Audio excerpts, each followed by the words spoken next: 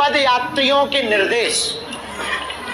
पदयात्रियों के जो निर्देश हैं उनमें पहला निर्देश तो ये है कि हर दिन सुबह पदयात्रा जब चालू होगी तो आपको आगे नहीं चलना होगा, साथ में चलना होगा। और जब आप हमारे साथ चलें तो पहले हनुमान चालीसा और राष्ट्रगान होगा, इसके बाद पदयात्रा प्रारंभ होगी। पूरे 10 दिन की पदयात्रा में हम 9 रातें 10 दिन चलेंगे। दिन में भोजन, रात को भोजन, सुबह नाश्ता, तीनों टाइम और तीनों टाइम चाय की व्यवस्था की जिम्मेदारी हमारे बागेश्वर जन सेवा समिति की। उसके लिए लगभग 20,000 सेवादारों की आवश्यकता है। उसकी तैयारी चल रही है। आप यदि सेवा करना चाहो, आपका मंडल सुंदरकांड मंडल या दिल्ली मंडल या फिर रामलीला मंडल या फिर ग्रेटर नोएडा वाला मंडल या मंदिरों वाला मंडल या फिर जो है बुंदेलखंड मंडल, कोई एक सेवा लेना चाहे तो अपना नाम, अपनी व्यवस्था की जिम्मेदारी आप इनको बता सकते हो। उसका कार्ड बना करके चाय वितरण की सेवा, बसों की सेवा। एक सबसे बड़ी दिक्कत आनी है, लोग बैग लेके आएंगे, उसके लिए लगभग 10 ट्रक की व्यवस्था करवा रहे हैं। पिछली बार की पदयात्रा से जो जो सीखा है उसकी तैयारी कर रहे हैं। तो हमारे साथ सुबह चलना प्रारंभ करना है, आगे नहीं निकलना है। पूरी पदयात्रा में हम किसी के घर पर या किसी के भवन पर या किसी आश्रम में नहीं ठहरेंगे। जहां आप लोग ठहरेंगे वहीं हम एक कमरा बनवा करके ठहरेंगे। पूरी पदयात्रा में रात्रि में संगीत कार्यक्रम है, यदि जग सको तो जग सकते हो। इस पदयात्रा में भक्तों का समुदाय ज्यादा से ज्यादा आना चाहिए। देश को बचाने के लिए, यमुना माता को बचाने के लिए, हिंदू राष्ट्र को बचाने के लिए, बनाने के लिए, हिंदुओं को बचाने के लिए। इसलिए वृद्ध और बीमारों को यात्रा में नहीं आना, ताकि किसी भी प्रकार से बेइज्जती ना। वृद्ध मतलब 70 प्लस। हाँ, अपने आप को बूढ़े मत समझ लेना। तीसरा, इस पदयात्रा में जो भी यात्री आवे, 3 चीजें आपकी हमें बहुत आवश्यक है लाना साथ में। एक कंबल की लोई, एक थाली या लोटा, ताकि डिस्पोजल का खर्चा कम हो और प्रदूषण कम हो। और एक गरम लोई, एक थाली और लोटा, बस। चप्पल तो पहन के ही आओगे, लाने की जरूरत क्या है, कौन काऊ को पीटनी। बस केवल थाली और लोई आपकी तरफ से होवे।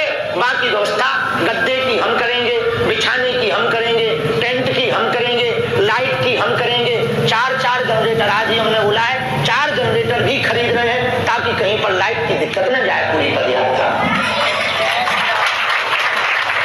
इस पदयात्रा में रास्ते में कुछ लोग फल प्रसाद का स्टॉक लगाते हैं स्वागत के लिए।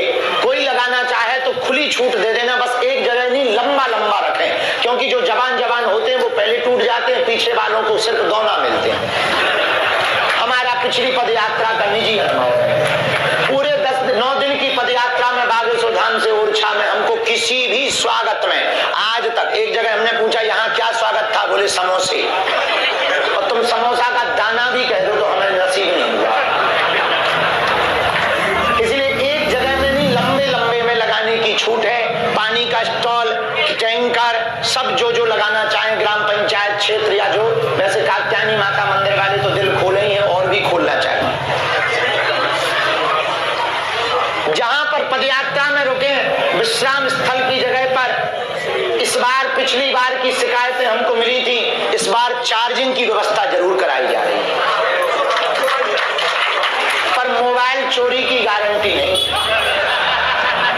वो आपकी निजी गारंटी है। और इन 10 दिनों में हम कोई अर्जी नहीं लगाएंगे कि चोर कौन है। तो कोई इस भरोसे भी मत रहना कि बाबा पकड़ लेगा, क्योंकि 10 दिन के लिए देवता भी हमारे पदयात्रा में रहेंगे। इसलिए इन 10 दिनों में कोई अर्जी नहीं लगाई जाएगी, पहले ही कान खोलकर सुन लो, आओ बाद की बात में देखी जाएगी। इसलिए मोबाइल अपने हाथ में सुरक्षित रखना, पर चार्जिंग हम अपनी तरफ से पॉइंट लगा के देंगे, चार्जर तुम लाना।